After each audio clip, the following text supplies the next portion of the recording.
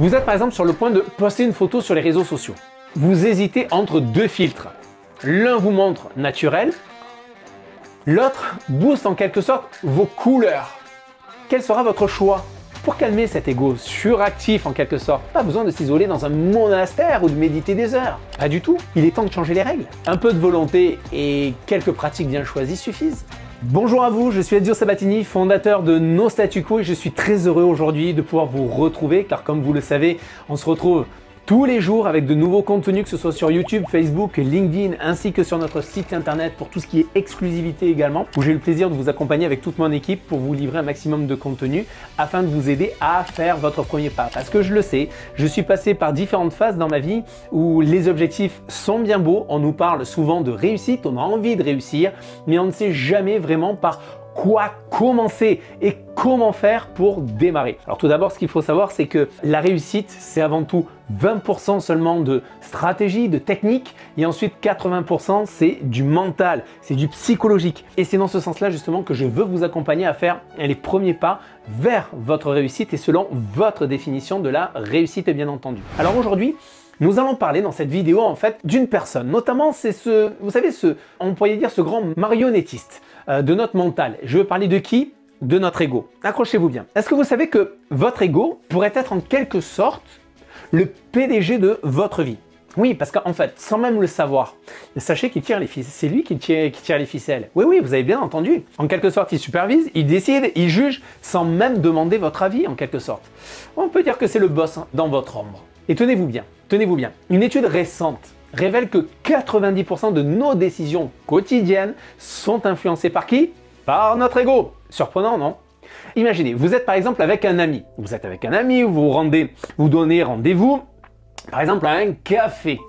Et alors que vous installez, il s'avère qu'il passe sa commande auprès du serveur qui vous rejoint. Et là, alors que lui il prend un café, eh bien vous choisissez vous aussi un café plutôt qu'un thé, comme votre ami. Et là, bam! C'est l'ego, votre ego qui aura pris le dessus, derrière ce choix qui peut paraître complètement anodin. Allez, je vous donne encore un autre exemple, concret, pour que ça résonne vraiment chez chacun d'entre vous. Vous êtes par exemple sur le point de poster une photo sur les réseaux sociaux. Vous hésitez entre deux filtres. L'un vous montre naturel, l'autre booste en quelque sorte vos couleurs. Eh bien, quel sera votre choix? Eh bien, il sera naturellement dicté par qui?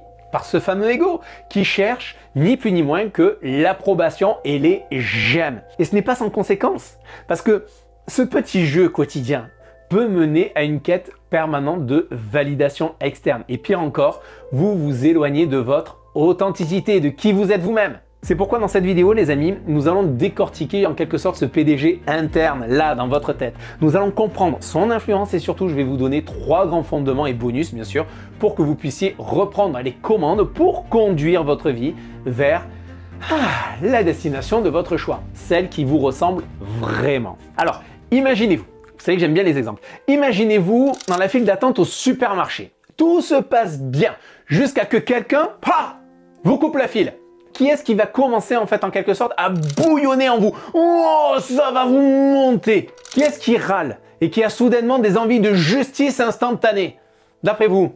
Eh bien c'est Monsieur Ego. Vous savez, ce cher ego qui nous pousse à vouloir rétablir l'ordre, qui veut que les choses aillent toujours selon ce qui serait en quelque sorte notre plan. Notre plan. Et c'est là finalement qu'on commence à se demander, mais d'où vient en quelque sorte cet ego finalement? Bien, imaginez-le comme un logiciel. Vous savez, un système d'exploitation qui a été installé dans nos têtes dès notre plus jeune âge. En fait, il a été programmé pour nous protéger, donc il nous veut du bien, pour éviter que l'on se brûle les doigts, pour faire face au monde. Mais voilà, comme tout logiciel, il n'est pas à l'abri des bugs. Et quand il bug, là c'est la pagaille. Dans la mise à jour, justement, notamment émotionnelle. Votre ego, c'est ce petit gardien intérieur qui parfois prend un peu trop son rôle à cœur. Il se transforme en quelque sorte en juge, en critique, je dirais, en King of the Rock, baby! Que personne ne peut détrôner en soi. Oui, je sais, vous le savez très bien, vous commencez à me connaître. On peut très bien être sérieux sans se prendre au sérieux, bien évidemment. Sauf que, vous savez, à propos de votre ego, qu'il n'a pas toujours raison. Non, il n'a pas toujours raison, les amis. Parfois, il faut savoir aussi le mettre à jour, lui donner les bonnes directives pour qu'il nous serve au lieu de nous desservir. Tiens, d'ailleurs, j'ai une question à ce sujet pour vous. Quelle a été la dernière fois où vous avez réalisé que c'était votre ego qui parlait et non votre véritable moi? Allez-y, écrivez votre réponse dans les commentaires, le temps de la courte pause et on se retrouve nous juste après ça. Vous avez l'impression que vos journées filent à la vitesse de la lumière? Comme si elles s'évaporaient en un instant? Stop! Il est temps de prendre le contrôle. Découvrez le planificateur d'excellence. Ce n'est pas juste un agenda, c'est votre boussole quotidienne, votre levier pour une vie remplie de réussite. Il vous accompagne au quotidien pour définir clairement vos objectifs, mettre en place des actions concrètes et surpasser la routine et vivre pleinement. Ne rêvez plus de votre réussite, vivez-la. Avec le planificateur d'excellence, vous passez d'une vie subie à une vie désirée. Rejoignez dès maintenant les leaders maîtres de leur temps, maîtres de leur vie. Vous êtes à un seul clic de votre évolution.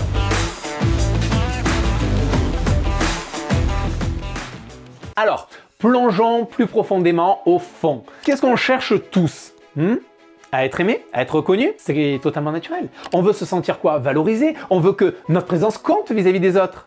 Mais attention, quand c'est l'ego qui prend le volant, les choses peuvent vite déraper. Vous vous reconnaissez là-dedans? Dans cette situation-là? Vous savez, cette quête incessante de j'aime, de validation, de cette reconnaissance extérieure qui peut nous faire en quelque sorte perdre de vue ce qui est vraiment important pour nous. Maintenant, imaginez juste un instant. Si je vous disais que c'est en reléguant l'ego au siège de passager, en le déchargeant du rôle de conducteur, qu'on commence à vraiment apprécier le paysage, qu'on ressent les véritables émotions du voyage qui est notre vie. Ça donne à réfléchir, non? C'est cette prise de conscience, les amis, qui peut à ce moment-là marquer un véritable tournant dans votre vie. Car comprenez bien, l'ego n'est pas l'ennemi. Non, non, c'est un compagnon de route et parfois même un peu envahissant, qui a juste besoin qu'on lui rappelle sa place. En mettant l'ego sur la banquette arrière, on peut enfin écouter cette petite voix intérieure qui nous guide vers notre vérité, vers des choix qui résonnent, c'est-à-dire qui nous sommes réellement. Pas avec ce que pense l'ego de ce que nous devrions être. Et là, vous me demanderez certainement, mais comment je fais ça, Edio? D'accord, c'est bien beau, mais comment je fais ça? Eh bien, c'est ce que nous allons voir. Comment passer de copilote à pilote de votre vie? Comment transformer en quelque sorte les besoins de votre ego en force motrice pour votre croissance personnelle? Oui, c'est un changement complet là, de perspective que je vous propose. C'est un réalignement interne qui va vous ouvrir la voie vers des changements profonds et absolument authentiques. Alors, avons-nous réellement besoin de jouer ce jeu épuisant de cache-cache avec notre ego? Pas du tout. Il est temps de changer les règles. Pour calmer cet ego suractif en quelque sorte, pas besoin de s'isoler dans un monastère ou de méditer des heures. Un peu de volonté et quelques pratiques bien choisies suffisent. Alors, voilà justement pour cela les 3 grands piliers que je veux vous livrer pour reprendre le contrôle sur votre ego. Puis je vous donnerai ensuite des conseils pratico-pratiques pour pouvoir mieux le gérer au quotidien. Première étape, les amis. Première étape, il s'agit de l'écoute active. Pourquoi je vous parle de l'écoute active? Tout simplement, commencez déjà par écouter vraiment les gens qui sont autour de vous. Écoutez les gens autour de vous. C'est fascinant, vous savez ce qu'on peut apprendre quand on arrête de penser à ce que l'on va répondre à la personne qui est en train de vous parler. Oui, l'écoute active, c'est laisser l'autre briller sans sentir le besoin de montrer qu'on est plus brillant que cette personne. Si c'est le cas, et encore, on est tous pareils. C'est la première clé déjà pour apprivoiser notre ego, les amis. Deuxième étape que je veux vous livrer, c'est le lâcher prise. Ça vous dit quelque chose? L'expression lâcher prise? Oui, je sais, c'est devenu un peu cliché, mais c'est un cliché utile. Quand quelqu'un vous offense, quand un plan ne se déroule pas comme prévu, respirez, lâchez prise. Facile à dire, non? Mais voilà, entre nous, c'est un peu plus complexe que ça. Imaginez que vous êtes là, quelqu'un vous coupe la parole, vous vous faites doubler dans une file d'attente. Eh bien, au lieu de bouillonner intérieurement, pourquoi ne pas simplement respirer? Oui, juste respirer. C'est comme appuyer, vous savez, sur le bouton pause de votre télécommande émotionnelle. Ça ne veut pas dire que vous êtes d'accord avec ce qui vous arrive, mais vous choisissez juste de ne pas laisser votre ego diriger votre réaction. Vous prenez en quelque sorte le contrôle, et ça, les amis, c'est un vrai pouvoir. Troisième étape, changez votre façon d'interpréter les événements. Changez votre façon d'interpréter les événements. Disons que vous ratez par exemple, vous savez, votre bus. Votre premier réflexe, c'est de pester. Vous êtes d'accord? Imaginez, vous devez prendre le bus, vous avez un rendez-vous, vous courez, vous regardez la montre, vous en pouvez plus, vous courez, vous savez que vous êtes en retard. Vite, vite, vite, vite, vous allez la voir. Il est là le bus, vous le voyez, et là, il s'en va. Vous le ratez. Et là, vous êtes en train de pester, vous en pouvez plus. Et je le savais. Et vous braillez, vous braillez. Sauf que qu'est-ce qui s'est passé? Le bus est passé. Il est passé, vous ne pourrez pas le changer. Donc maintenant, essayez de voir, faites en sorte de voir cela peut-être comme une chance inattendue. Vous savez, le bus est passé, ce qui est fait est fait. Vous êtes l'unique maître de votre présent. Je ne sais pas moi, appréciez par exemple différemment la solution que vous allez trouver pour vous rendre à votre rendez-vous. Parce que la solution, vous allez la trouver, capitalisez plutôt sur cela. S'il fait beau, sentez le soleil dans ces cas-là. Sur votre peau, observez le monde qui vous entoure. Vous savez, en changeant la lunette avec laquelle on regarde les événements de la vie, c'est comme en quelque sorte quand vous vous retrouvez face à un buffet à volonté. Vous avez le choix. Soit vous vous laissez aller et vous finissez par vous sentir là, lourd, soit vous sélectionnez ce qui va vous nourrir et ce qui est bon pour vous. Eh bien, c'est la même chose avec les événements de votre vie. Prenez un échec par exemple. Votre ego peut vous dire que c'est une catastrophe en soi, que vous n'êtes bon à rien. Mais vous pouvez choisir de voir cet échec plutôt comme le ferait un coach personnel qui vous montre où et comment vous améliorer. Vous transformez ainsi un soi-disant échec en une opportunité d'apprentissage. C'est ça, reprogrammer votre GPS interne. Vous ne changez pas en quelque sorte la destination, mais bien la route pour y arriver. Et cette nouvelle route, elle est, oui, parsemée de succès. Parce que chaque échec devient un pas de plus vers votre réussite, les amis. Voilà, maintenant en tout cas, vous avez les fondations. L'écoute active, le lâcher prise et une nouvelle façon de voir les choses. Maintenant, comment les incorporer dans un plan plus large pour réellement transformer cet ego de perturbateur en quelque sorte en allié? Eh bien, c'est là que nous allons passer maintenant à la vitesse supérieure en quelque sorte. Est-ce que vous en voulez plus, les amis? Est-ce que vous en voulez plus? Je n'entends pas. Est-ce que vous en voulez plus? Alors mettez-moi un like là sur cette vidéo, les amis. Mettez-moi un like. Mets-moi des likes, baby. Mettez-moi un like sur cette vidéo, en tout cas, ça m'encouragera, ainsi que toute notre équipe, bien sûr, pour continuer à vous livrer énormément de contenu. Bien sûr, mais mettez-nous un yes là si vous êtes prêts, si vous en voulez plus. Mettez-moi un yes, mettez-nous un yes dans les commentaires. Allez-y, les amis, je veux du yes, du yes, du yes, du yes. Alors, tout d'abord, mon premier conseil que je peux vous donner aujourd'hui, c'est bien sûr commencer par reconnaître et accepter votre ego. Commencez par reconnaître et accepter votre ego. Ça, c'est la première étape. Pourquoi? Parce que il est là. Votre ego est là. Il fait partie de vous. Et ce n'est pas votre ennemi. C'est juste une facette de vous-même qui mérite compréhension et intégration. Ensuite, ce que je vous encourage à faire, c'est à pratiquer l'auto-observation. Par exemple, quand vous écoutez activement, quand vous lâchez prise, observez comment votre ego réagit. Est-il agité? Est-il calme? C'est en notant en quelque sorte ces réactions que vous commencerez à mieux le comprendre. Alors oui les amis, oui bien sûr il y a des exercices à faire, oui bien sûr c'est un travail, ça c'est pas comme ça en claquant des doigts. Je vais tout vous dire, moi il y a quelques années cela, maintenant que j'ai commencé mon parcours véritablement axé sur le développement personnel, sur la croissance personnelle, plus que jamais, où j'ai renforcé pleinement mes compétences, mes compétences et je ne cesse d'apprendre bien sûr de jour en jour, je continue et je continuerai toute ma vie parce que je crois fermement en tout cas à l'apprentissage continu et avant toute réussite, c'est déjà apprendre à se connaître soi-même. Quand vous faites ce travail-là, les amis, je vous assure, vous prendrez l'ascension sur 99% des personnes qui vous entourent. Parce que toutes les personnes qui vous entourent, lorsque vous leur dites « Comment est-ce que tu te connais toi-même ?» ils vont vous rire au visage. Par contre, quand vous connaîtrez vous-même, là, croyez-moi, votre réussite aura déjà commencé depuis un bon moment. Autre conseil que je vous donne, c'est questionner vos réactions. Questionnez vos réactions.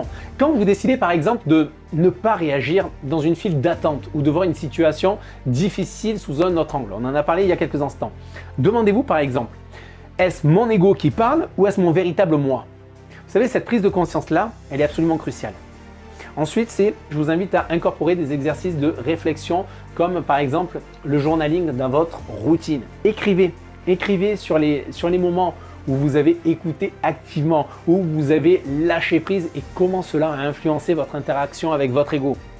Et si vous avez besoin d'un guide au quotidien, ce que je vous invite, c'est à utiliser l'outil que j'utilise moi-même par excellence qui s'appelle ni plus ni moins que le planificateur d'excellence qui vous permettra en tout cas de vous donner un cap, un drive en tout cas dans votre quotidien pour vous permettre d'atteindre vos objectifs et aussi de faire tout un travail d'introspection, d'auto-analyse pour vous permettre d'aller toujours plus loin dans votre réussite. Ensuite, ce que je vous invite à faire, c'est cultiver l'empathie dans vos interactions. Par exemple, lorsque vous changez votre perception des événements, tentez de comprendre les perspectives des autres. Tentez de comprendre les perspectives des autres. Cela va vous aider à voir votre ego également sous un jour différent. Autre point que je vais vous donner, autre conseil, c'est fixez-vous des objectifs qui soient alignés avec vos véritables valeurs. Pas se dicter par votre ego. Votre ego aime les défis. Alors utilisez cela à votre avantage pour vous motiver vers des objectifs qui comptent vraiment pour vous. Et bien sûr, n'oubliez pas la gratitude les amis. N'oubliez pas la gratitude. Chaque jour, pensez à quelque chose pour lequel vous êtes reconnaissant. Cela va équilibrer en quelque sorte les tendances de l'ego à se concentrer sur le manque ou la comparaison. Et enfin, j'irai là, c'est l'arme de tout leader. C'est un mot qu'on n'aime pas, on aurait tendance presque à dire que c'est un gros mot. L'autodiscipline, les amis. L'autodiscipline, rien à voir avec la discipline que l'on a appris à l'époque quand on était enfant ou à l'école. Pas du tout. Dites-vous juste une chose, c'est que l'autodiscipline, c'est difficile de faire des choses dans l'instant présent qu'on n'a pas forcément envie de faire. Sauf que ces choses-là, bien souvent, c'est elles qui vont générer 80% des résultats pour plus tard, dans le cas de vos objectifs, de vos ambitions, qui vont vous permettre d'avancer. 20% de ce que vous faites, notamment lié, ces 20% là généralement, c'est votre besoin d'autodiscipline qui va vous permettre de réussir. Vous savez, votre ego peut aimer, oui, la facilité, mais en pratiquant la discipline, l'autodiscipline, vous lui apprenez à se concentrer sur des tâches constructives et à long terme. En tout cas, en suivant ces étapes, les amis, vous verrez comment votre ego peut devenir un allié dans votre croissance personnelle. C'est un voyage, mais un voyage, croyez-moi, qui en vaut la peine. Voilà les amis, en tout cas, nous venons de parcourir ensemble un début de chemin pour pouvoir transformer en tout cas notre ego de rival en allié en quelque sorte.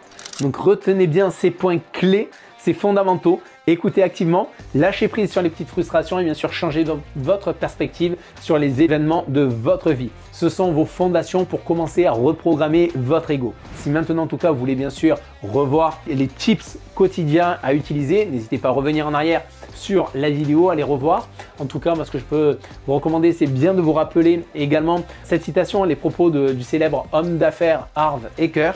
Harv Eker avait donné comme citation celle-ci, j'adore. Les pensées mènent aux émotions, les émotions mènent aux actions et les actions mènent aux résultats. C'est un cycle absolument puissant les amis. Tout commence par vos pensées. En choisissant des pensées qui servent votre vrai moi et non votre ego, vous changez la qualité de vos émotions, de vos actions et par conséquent de vos résultats. Alors, la question c'est, quelle sera votre première action aujourd'hui pour faire de votre ego un partenaire et non un maître? Pensez-y, agissez et observez votre transformation. En tout cas, si cette vidéo vous a inspiré, cliquez bien sûr sur j'aime, abonnez-vous pour ne rien manquer de nos prochaines vidéos à forte valeur bien sûr et partagez-la avec quelqu'un à qui elle pourrait véritablement ouvrir de nouvelles perspectives. Merci d'être là, souvenez-vous, chaque pas en avant est un pas vers une meilleure version de vous-même. Je vous dis à bientôt, bye bye les amis.